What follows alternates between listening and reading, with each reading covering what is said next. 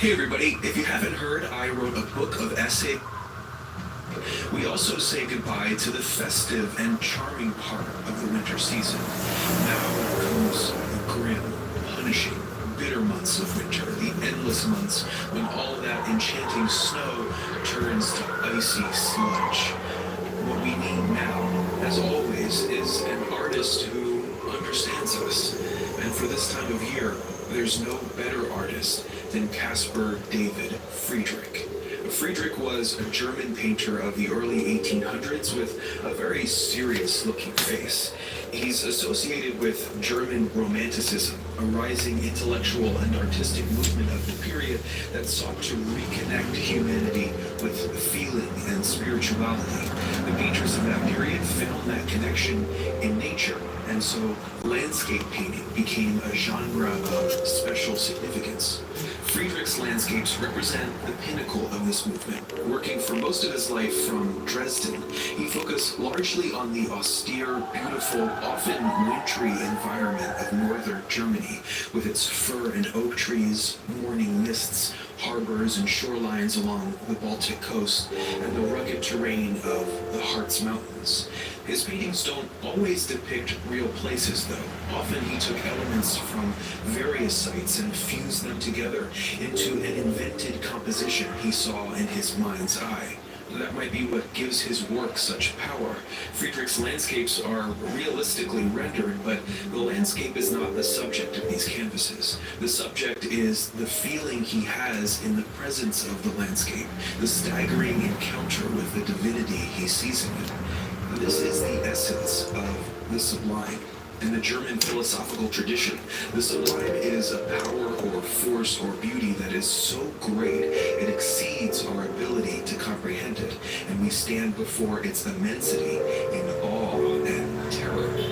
The sublime was a critically important idea in the period after Enlightenment, when secularism was threatening the core of Christianity.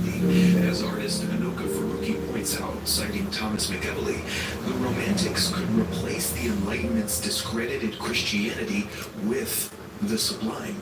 And once again, they found the sublime in nature, or rather they found it in themselves. For Immanuel Kant, great German philosopher and theorist of the sublime, this immensity escapes our power of judgment, but the fact that we're able to experience it at all means that it does correspond to something in us, a sublimity discoverable in the mind.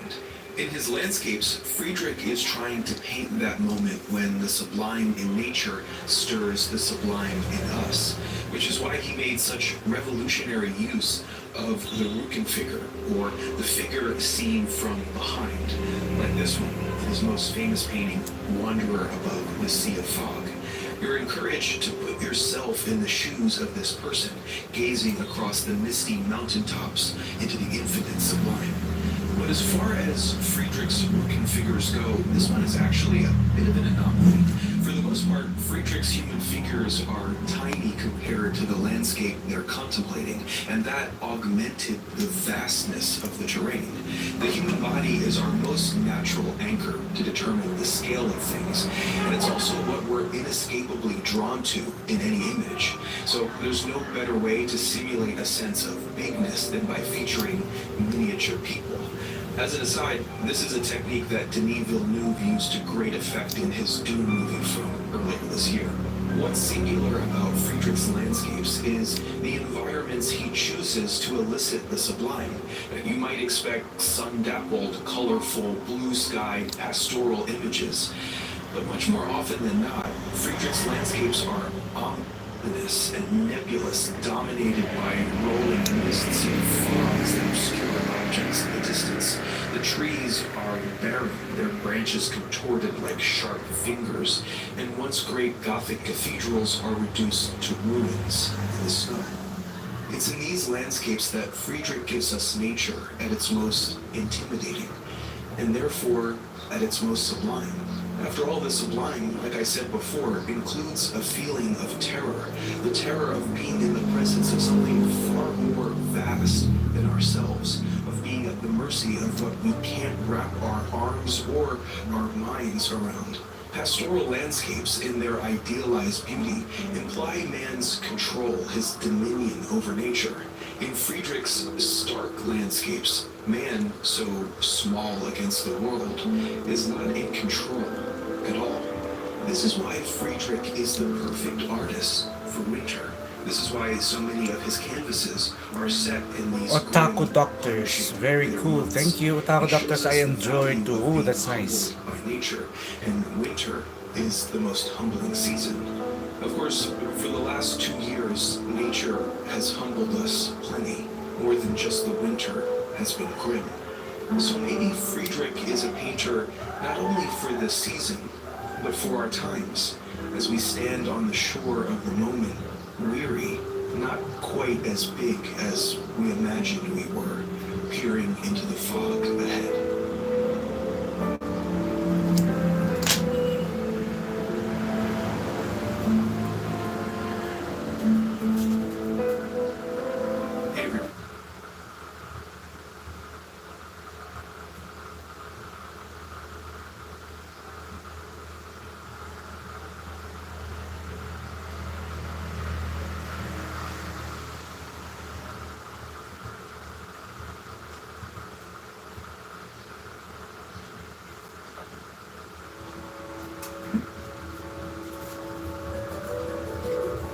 What are we looking at here? Clearly, it's paint. Thick streaks of paint loosely applied at various angles, unleaded. You can almost see the paintbrush making the strokes across the canvas.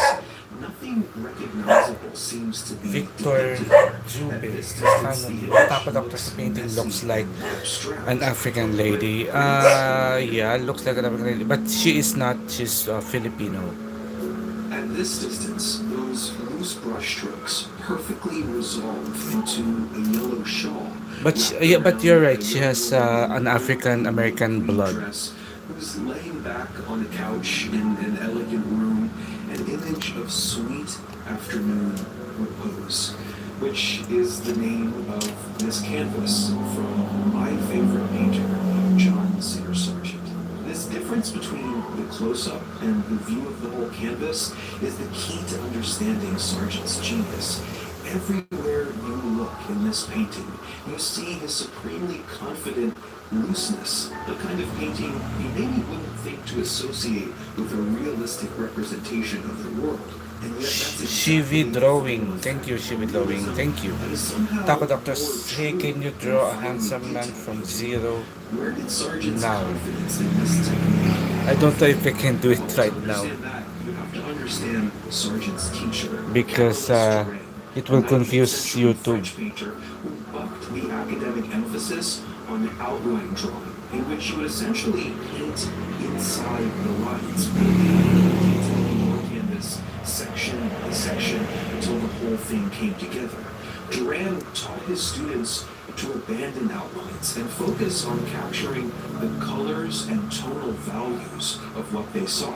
In painting, tonal value refers to how light or dark something is, with black being the darkest and Shivi Drawing, where are you from? I'm from the Philippines. along that spectrum. And Duran believed that if you captured all the tonal relationships in your canvas accurately, if you got the ratios right, you'd present the reality we see more honestly.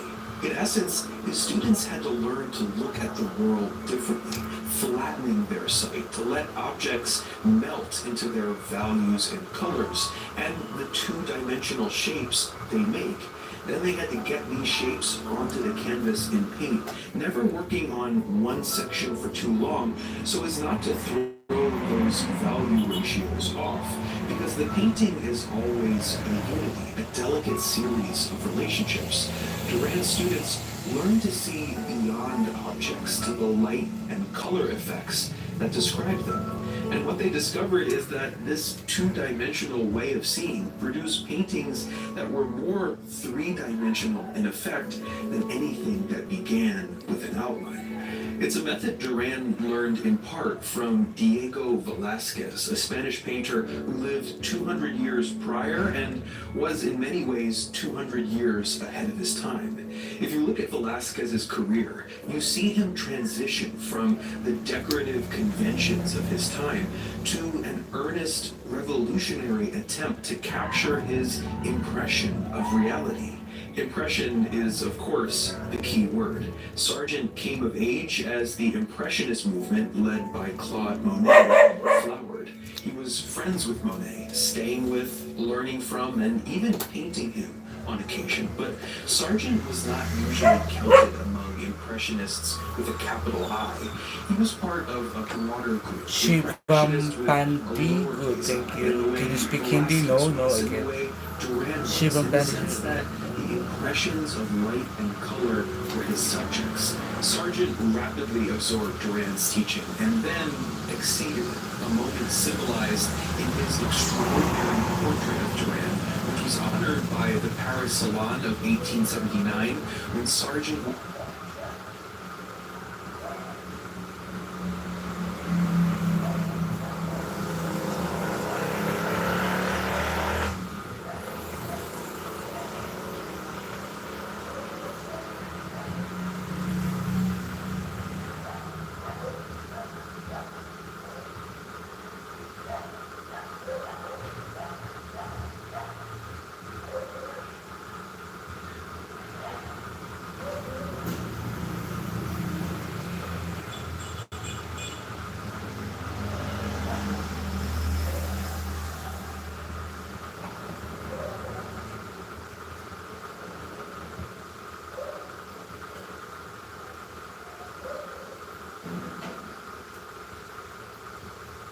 security online, you should absolutely be using a VPN or virtual private network to keep your data safe by allowing you to connect to stuff remotely so that prying eyes can't see your IP address and private information. I've had a few hacking scares myself personally, so VPNs really help ease my mind, and NordVPN is your best option. Watching this right now, get 66% off your 2-year plan by visiting nordvpn.com/nerdwriter or using the promo code nerdwriter at checkout. I've shopped around in this space, used a few VPNs, and NordVPN is definitely my favorite. Not only does it have military-grade encryption in 5,000 servers in 62 countries, you can run it simultaneously on up to 6 devices, which means you can run it on computers and phones. So when you're on the Wi-Fi at a cafe or a restaurant, you know you'll be safe. This one's a no-brainer. And again, NordVPN is offering my viewers 66% off a 2-year plan. Just go to www.nordvpn.com/nerdwriter or click the link in the description to sign up and start protecting yourself. Thanks, guys. I'll see you next time.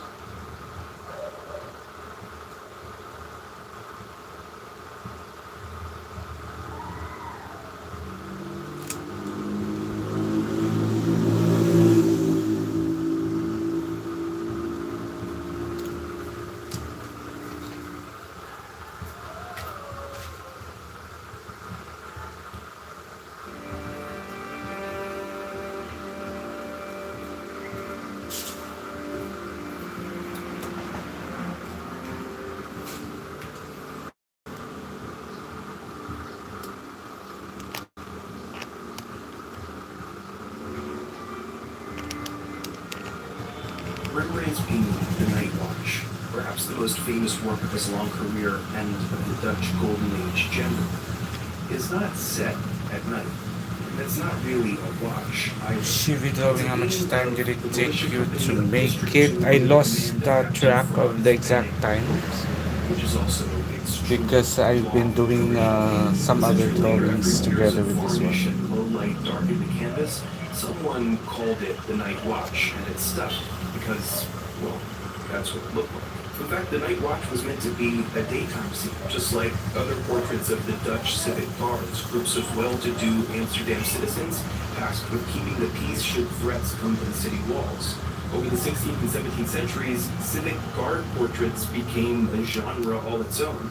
And as painting in the Netherlands moved away from spiritual subject matter and toward the secular, artists welcomed commission work from these wealthy guilds because they wanted large group portraits again and again and again. But if you want to know why Rembrandt's is the only civic guard painting that makes it into most school curriculums, all you have to do is look at it. Commissioned to do what all the others had done, show off the paying members of the guild, Rembrandt takes the genre and explodes his vision through it. The Night Watch is an eruption of action, shadow, and light, with drama that's more suited to a biblical or historical epic, not 17 guys from peacetime Amsterdam. No offense to Captain Coke. So what makes The Night Watch so great? Well, what hits me right away is the balance that Rembrandt strikes between chaos and unity. He clearly wanted to create a Shibang Pandi, okay. I mean, siya si Manalo Love from Malaysia. Ooh, so you know her. Into a unified whole. The keystone, the part of the painting that holds everything in place, are the dual figures of the captain and his lieutenant. The rest of the portrait moves away from them diagonally. Indeed, Rembrandt places these lines directly onto the painting in the form of weapons and poles. And the effect isn't just two-dimensional. Maybe the most striking thing is the captain and the lieutenant seem to be emerging from the picture plane. The captain's hand ordering the company forward. It's as if you could grab it and pull him out of the frame. The lieutenant's partisan, the spear-like weapon he's holding in his left hand, is so expertly foreshortened, it feels like it could cut you. In fact, based on the angle and the placement of the weapon's shadow on the ground, the partisan is beyond the picture plane. Or at least, it should be. Another trick Rembrandt uses to achieve this effect is one that will be familiar to filmmakers. The figures in the front are painted with detail and clarity, while the further back you go in the composition, the softer it is. Rembrandt is mimicking depth of field, an optical phenomenon that can make objects in focus pop from their backgrounds. All of these effects were carefully planned by Rembrandt and anchor the composition around the central figures. The longer you look at The Night Watch, the more meaning emerges from this burst of frenetic energy. For example, the three men with guns are performing the three main actions associated with the arquebus, the primary weapon of this particular guild: loading, firing, and blowing clear the gunpowder pen. In fact, these poses match almost perfectly engravings from a book called Exercise of Arms, a famous manual on how to use weaponry released at the beginning of that century. This particular civic guard, the Cloveniers, is signaled again in the chicken that's hanging from the young girl's waist. A similar claw was on the Cloveniers' coat of arms. And while the captain's hand points toward the viewer, its shadow points toward his company's function. It's cradling the emblem of Amsterdam, a lion and three crosses. The Cloveniers were supposed to protect the city. The other notable feature is Rembrandt's famous use of chiaroscuro, an effect of deeply contrasted light and shadow. It's a technique that first came to prominence in the work of Caravaggio, who used sharp contrasts and harsh lighting to create intense drama in his paintings.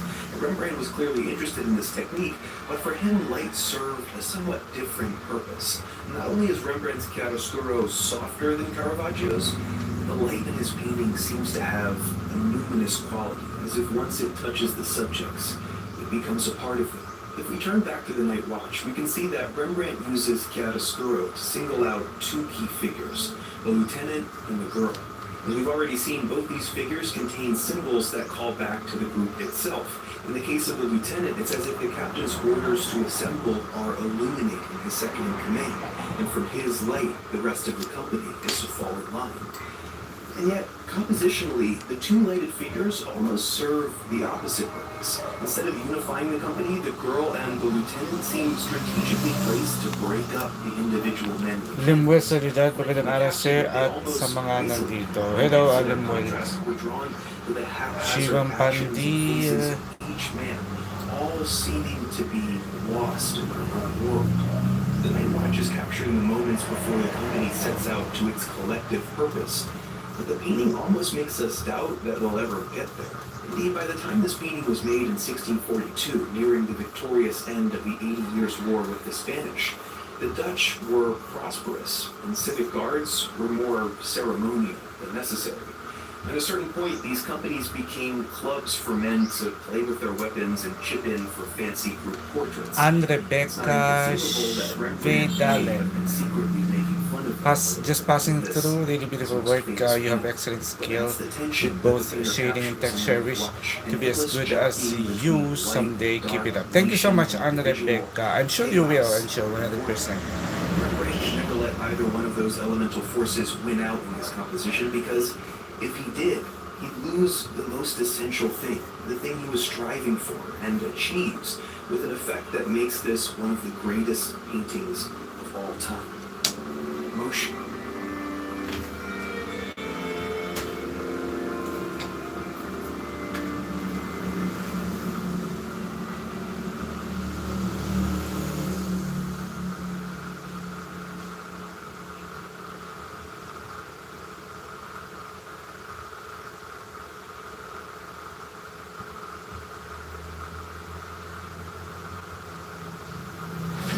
If you're lucky enough to travel to London, one of the things that you might want to do is go to the British Museum.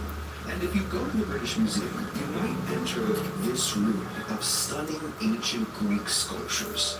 These are the Parthenon Marbles, called that because they came from the Parthenon, the famous temple of Athena built in the 5th century BCE, which is not in Kaz, London, hey, it's me obviously, but again. all Thank the you, way Kaz. over here in Athens, Greece.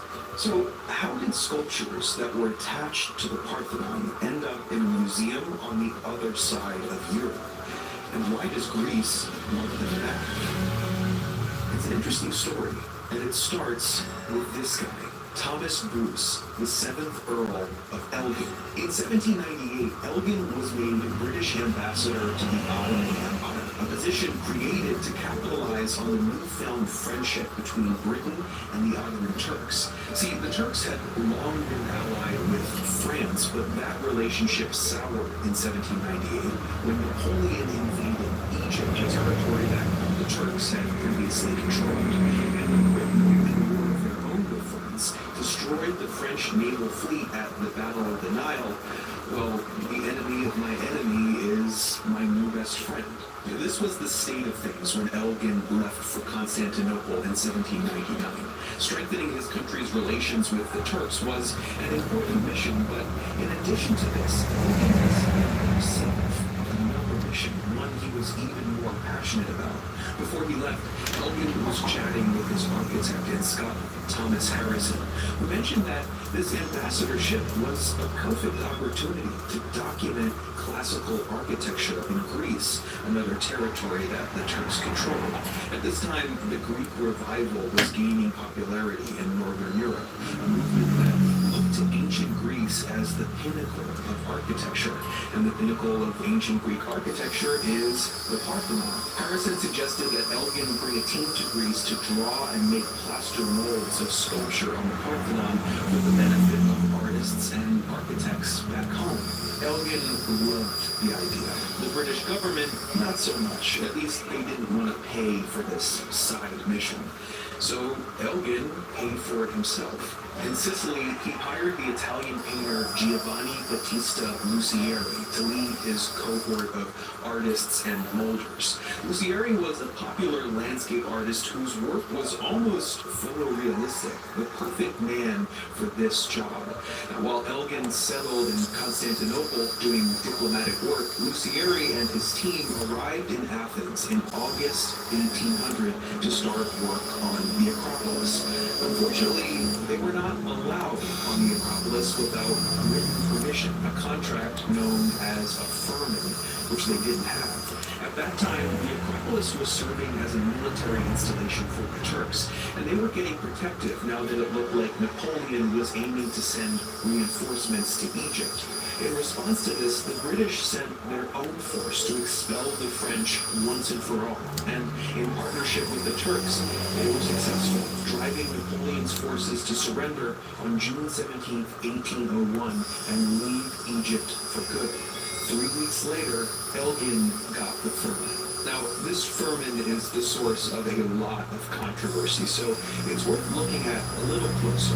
It was based on a map from Rembrandt's chapel that asked for three things. One, permission to draw and make molds of the ancient architecture on the Acropolis. Two, permission to erect scaffolding around that architecture. And three, liberty to take away any sculptures or inscriptions which do not interfere with the works or walls of the Acropolis. And the third point is the important one. Elgin had not left England with the intention of bringing back parts of the Parthenon, but here Hunt adds that power. And in the actual ferment, of which only an Italian translation still exists, the Turks echo his language when they say at the very end that no one should, quote, hinder them from taking away pieces of stone with inscriptions and figures. What does this mean? It's frustratingly vague. Most likely, it was meant to allow them to take pieces that had fallen off the Parthenon, of which there were many. Back in 1687, Venetian forces trying to capture the Acropolis fired a mortar round into the Parthenon, which the Turks were then using to store gunpowder. The resulting explosion knocked out the roof and made this ancient Greek temple that stood for so many centuries into a ruin, scattering pieces all over the ground. Some of these pieces were used to make new Turkish homes. Others were sold illegally to tourists looking for a souvenir. But giving Elgin's team permission to take the pieces that remained was unprecedented for the Turks.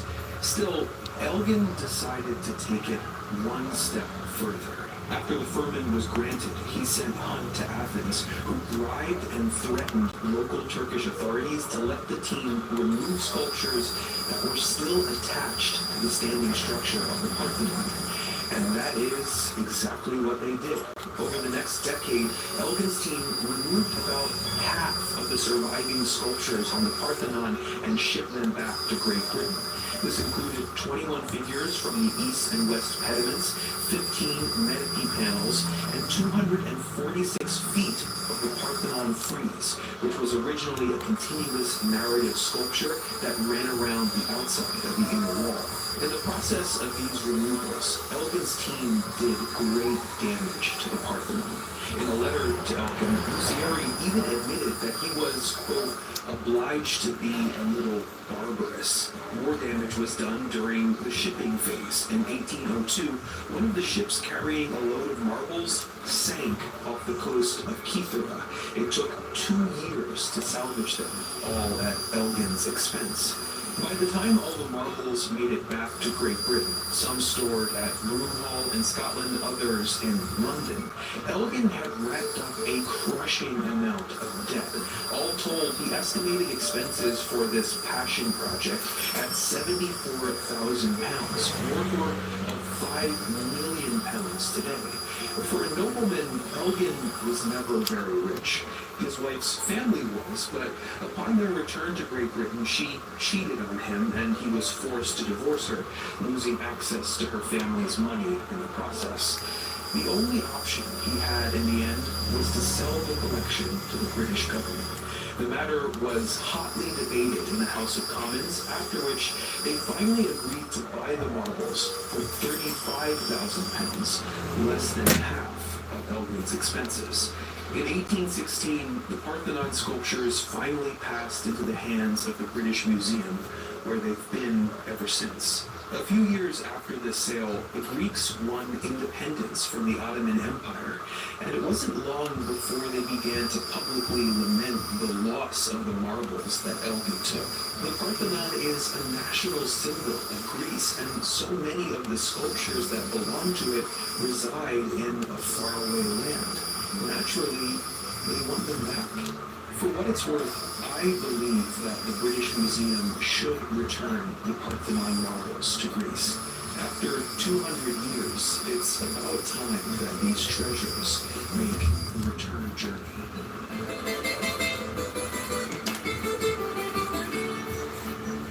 Tamil everybody, but hello on Access Live at Video Art. Tamil everybody, will you watch movie now? No, just short documentaries. Check it out. Hey everybody, thank you so much for watching. This episode was brought to you by Squarespace. If you don't know, you can use Squarespace to make websites for anything you might need. Want to make a site for your video content? Well, you can upload your video library directly to Squarespace and even sell access to that content. Or you can use the Squarespace Video Studio app to make pro-level videos within Squarespace and host your content on beautiful pages designed with their easy-to-use blocking tools. Basically, a Squarespace site is going to make what it...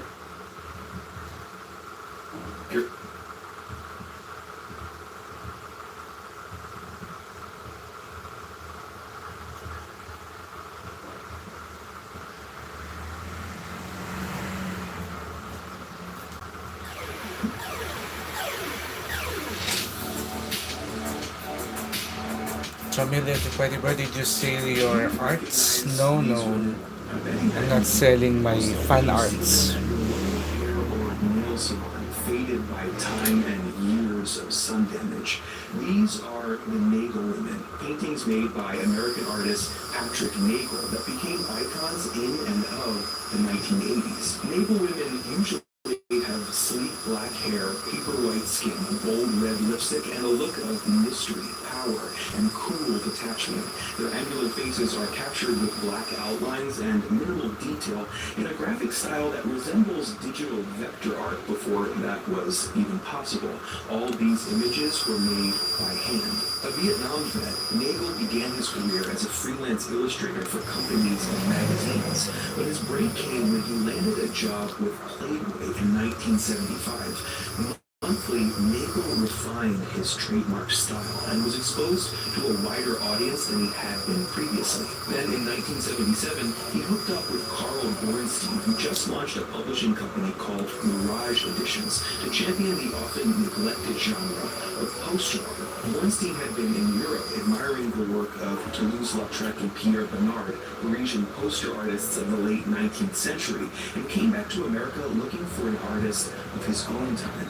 When Nagel walked into his life. For Mirage, Nagel created several... On Axis Life, whoever that is, she is a gorgeous goddess. She definitely is, and actually, she is the winner of Miss Universe Philippines 2024.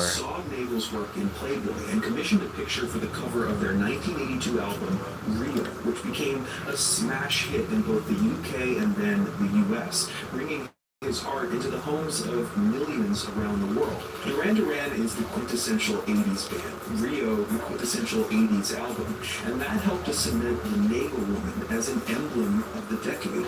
As Elena Millie writes, this woman is sophisticated and self-confident, a professional who is not afraid to be glamorous. Like Warhol and Lichtenstein before him, Nagel bridged the gap between art and commerce, highbrow and lowbrow. Like Lautrec and Bernard, he elevated the popular medium of posters while retaining their accessibility, their immediacy. His project was simplification. Day by day, little by little, Nagel removed details until he arrived at the fewest number of lines that would still capture the spirit of his models. This technique, paired with his eye for graphic design, makes his work so engaging.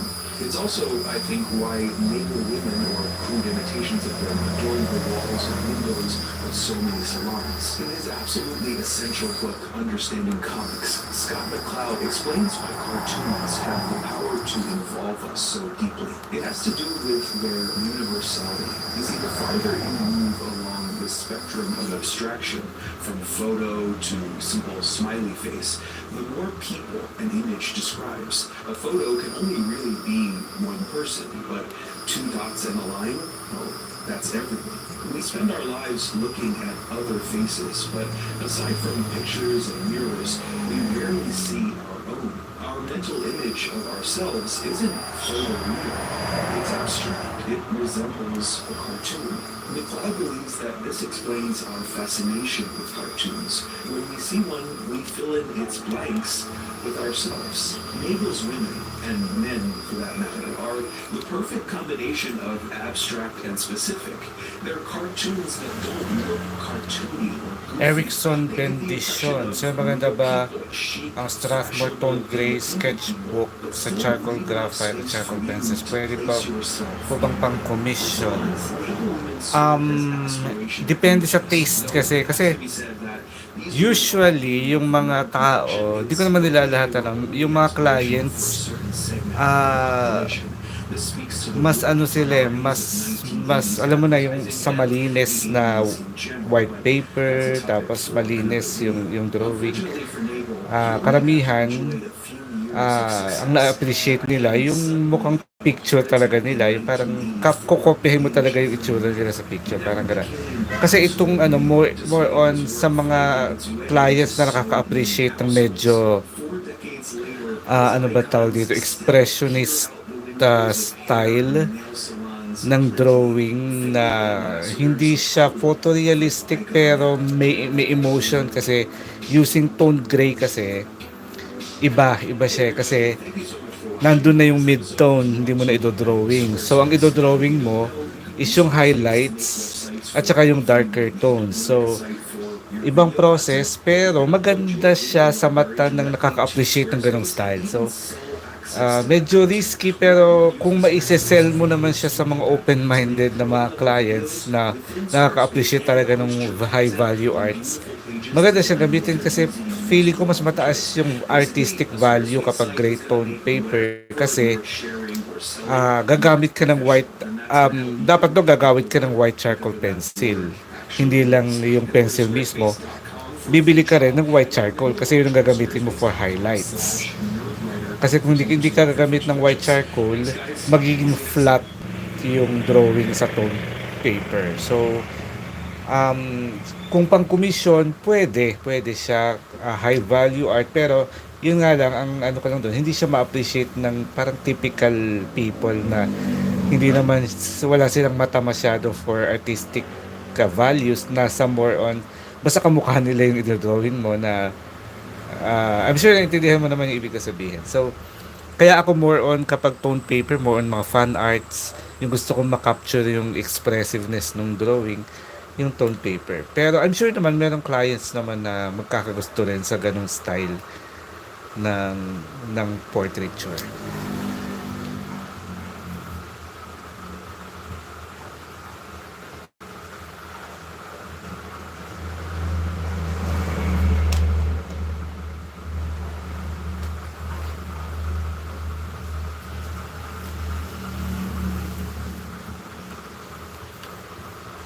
Hindi ko nabasa, may nilagay ka rin pala siyang sa colored pencil.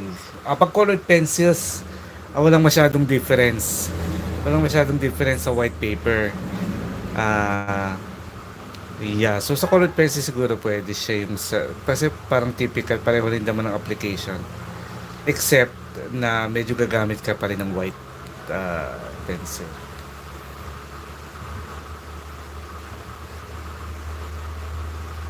Nakakabilib kasi sir, ibang artist aabot na sila ng hyperrealistic gamit ang tone gray kung fan art nila yung iba. Oo, nakaka-hyper nga yung tone gray kasi ikaw yung naglalagay ng highlights Unlike sa white paper, erasing technique. Sa tone paper, additive technique. Ikaw yung nag-a-add ng highlights. Kaya mas controlled mo yung details at saka yung highlights.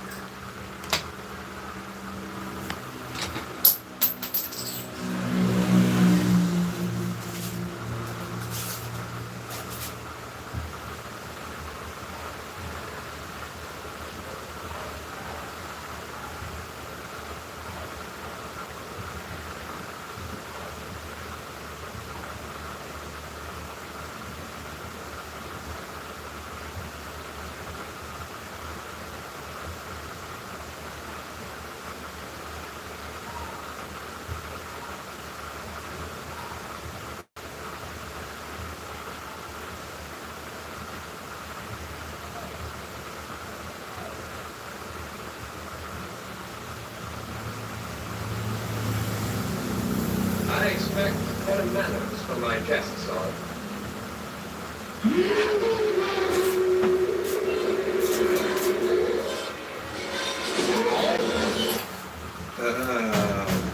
What the f is going on here? It's true that the Man of Steel has a lot of powers. Some say too many powers. And while I'm generally on board with super strength, super speed, super hearing, super breath, X-ray vision, heat vision, invulnerability, and flight, having an expanding cellophane S symbol that you can throw at enemies to temporarily incapacitate them is an asset too far for me. While less ridiculous, so are energy beams that shoot from your fingers, and the ability to kiss someone so good that you make them forget that you're Welcome, really Erickson sorry. Bendición. These strange tools and powers come from 1980's Superman 2 and are the brainchildren of this guy, Richard Lester, a film director famous for his movies with the Beatles, namely A Hard Day's Night and Help. And if you look at those films, which are wonderful by the way, you'll find comedic irreverence and goofy surrealism all over the place. Oh, that this total solid flesh would melt. This is the same vibe you get from the last fight in Superman 2, and from various other scenes in the movie that feature wacky visual gags. Like this guy on roller skates, the third Superman movie from 1983 and also directed by Lester, push things even further into pure slapstick. This kind of weirdness is not foreign to Superman comics, of course, especially the Superman comics of the Silver Age. A cellophane S may be bizarre, but what about the power to shoot a miniature Superman out of your hand? Yeah, that really happened. This light, sometimes ridiculous comedy was also in keeping with other superhero adaptations like the Batman TV series of the late 60s starring Adam West, which was hugely popular and hugely campy. What it wasn't in keeping with was Superman 1, the first movie of the series, directed by this guy, Richard Donner. Back in the 70s, Donner was brought on to direct Superman 1 and 2, two parts of a single story filmed simultaneously. It was Donner's intention to take this comic book hero seriously without the winking grin of Batman's camp. He wanted to create a mythic tale, a cinematic epic with the scope of something like Lawrence of Arabia. But with small and Superman's production costs ballooned so much that the producers eventually told Donner to stop filming anything for Superman 2 and divert all of the budget to finishing Superman 1, which he did, begrudgingly. In December of 1978, Superman the movie debuted to critical acclaim and massive box office. Audiences fell hard for Christopher Reeve and for Donner's epic vision of the Man of Steel, which foregrounded the love story of Superman and Lois Lane. But between the release of Superman 1 and the resumption of filming on Superman 2, which was already 75% completed, the soured relationship between Donner and the producers prompted them to fire him and install Richard Lester to finish the job.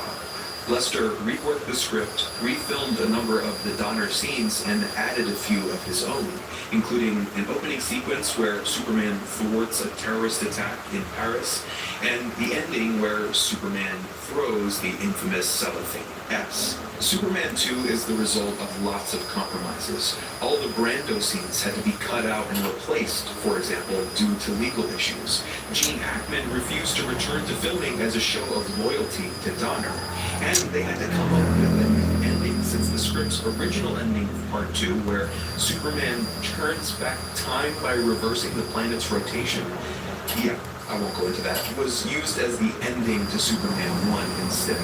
Lester deserves some credit for landing the plane in such stormy weather. It's not easy to realize another director's vision, and despite the goofiness he added, Superman 2 still retains a lot of Donner's spirit. Though, of course, it would have been ideal to see 1 and 2 as he intended them to be. In 2006, we sort of got that chance. Given access to all the discarded film he shot, Donner finally got to piece together his version of Superman 2. It does away with the campy jokes and weird powers, and it restores the Brando scenes, providing some closure to the father-son arc. But not actually having filmed a good amount of the movie, the Donner cut of Superman 2 is noticeably incomplete and a bit janky. It's a shame, but that's show business, I guess.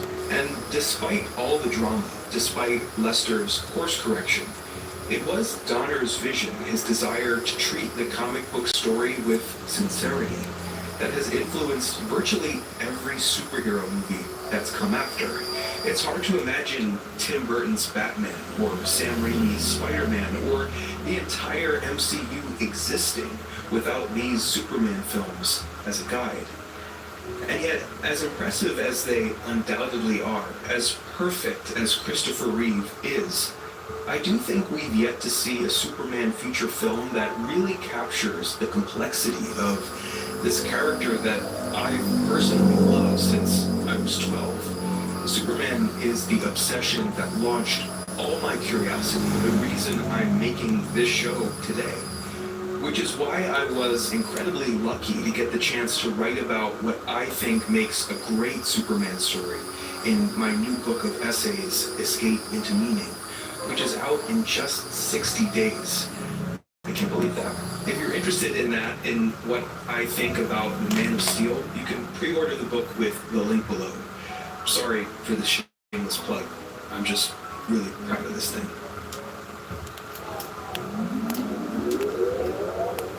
Hey everybody, thanks again for watching. This episode was brought to you by Squarespace. If you don't know, you can use Squarespace to make websites for anything you might need. Want to make a site for your video content? Well, you can upload your video library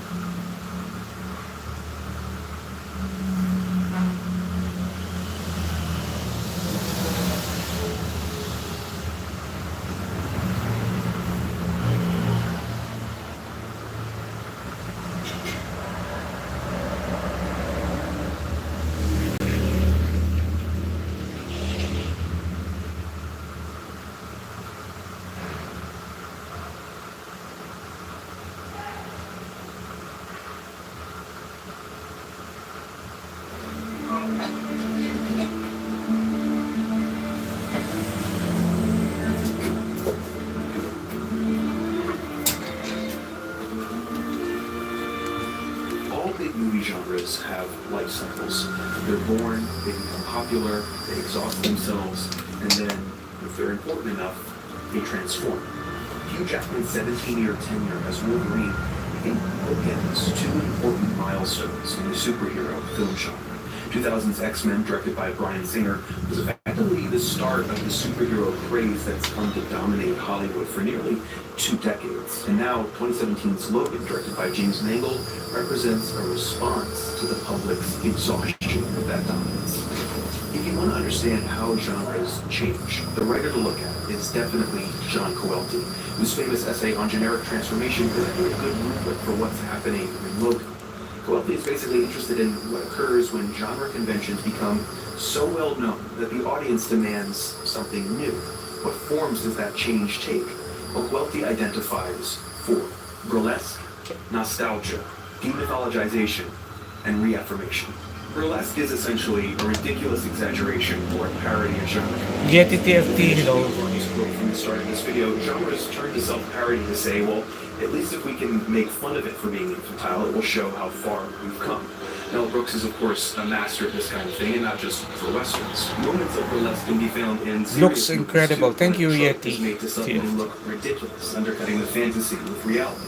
In the superhero genre, Deadpool, a film that helped pave the way for Logan, is a burlesque through and through. Superhero landing. You're gonna do a superhero landing. Wait for it! Superhero landing! Yeah, that's really hard on your knees. Totally practical. Yeah, I'll do it. Nostalgic films, the ones that are good anyway, do more than evoke a romanticized past. They update tried and true storylines with contemporary elements. They make the audience aware of the relationship between past and present. Welty cites True Grit, but Shane Black's Kiss Kiss Bang Bang fits the bill as well. A hard-boiled detective story in which many of the tropes are de-romanticized, but the story ultimately follows the same beats of discovery and heroism. Demythologized films are the most complex of the bunch. They subject popular myths and conventions to a reality that undercuts and exposes them as inadequate or even harmful. Welty's archetypal example of this is Roman Polanski's Chinatown, a film that follows the hard-boiled detective genre of classic films like The Maltese Falcon or The Big Sleep, until events become so dark and twisted and devoid of moral content that justice is never served and the detective is left severely traumatized. Another movie like this would be the Coen brothers' No Country for Old Men, in which the lawman of the New West, Tommy Lee Jones, not only fails to capture the villain, but fails to understand him. I don't want to push my chips forward and go out and meet something I don't understand. The final transformation is the reaffirmation of myth, the kind of film that subverts genre like the demythologized film, but in the end chooses to reaffirm the myth not as something that's real, but as something that we need to believe. I wonder if you can think of a superhero film that might fall into that category. So what is Logan?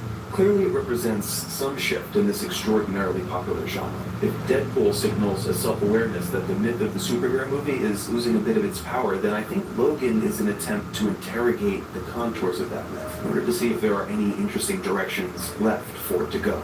Director James Mangold is a movie buff, and something that's really interesting about Logan is how he uses one genre to understand another. Mangold states Logan's key theme via a scene from Shane, one of the most popular and acclaimed westerns of all time. That has to be what it is, Jimmy.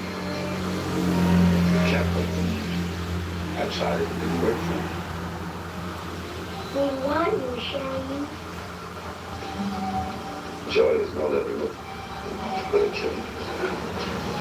There's no going back. Westerns are really the perfect genre to measure the superhero. The myth of the superhero is in many ways a reincarnation of the myth of the gunslinger. Both are heroes who act outside the law to protect the community at large.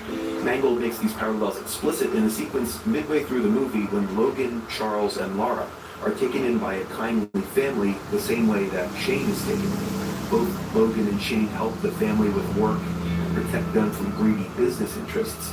But though Shane is somewhat haunted by his life as a gunslinger, his purpose and the code of laws he lives by is still necessary to protect the community in the end.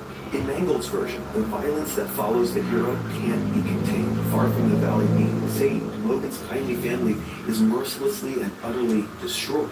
And if the point wasn't clear, it's by none other than a clone of Logan himself. This is the closest that Logan comes to demythologization. The whole movie is a meditation on the violence that all superhero films imply. By earning an R rating, Mangold and Jackman get to show a type of visceral brutality that complicates the heroics of Logan's past, as well as those of the X-Men and all superheroes. Like it does Shane, Logan holds up the romanticized past of previous superhero movies in the form of comic books. You do know they're all bullshit, right?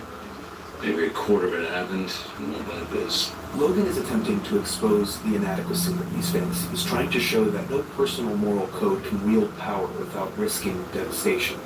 This is made painfully clear in the character of Xavier, whose aging mind, it's implied, may have unintentionally killed a number of innocent mutants. But for Logan himself, the past exploits of heroism from the other movies reemerges as trauma and nightmares. In the touching scene with Laura near the end, he even admits to contemplating suicide. Actually, I was thinking of shooting myself. Like Charles said. In the end, Logan makes the final turn into reaffirmation, one last act of sacrificial heroics that reaffirms the myth even after exposing it as inadequate. You know, it makes me wonder if this is the limit of superhero movies. It's unclear whether a film that sought to fully demythologize this myth could ever really get made, or if the genre itself is even mature enough to handle such a thing. In fact, I think Logan leaves us with these exact questions. The movie itself is a conversation between nostalgia for this genre and our increasing frustration with its limits. More than anything, I'm just excited for what's to come, because it's transition periods like these, as Coelti might say, when the really interesting things begin to happen.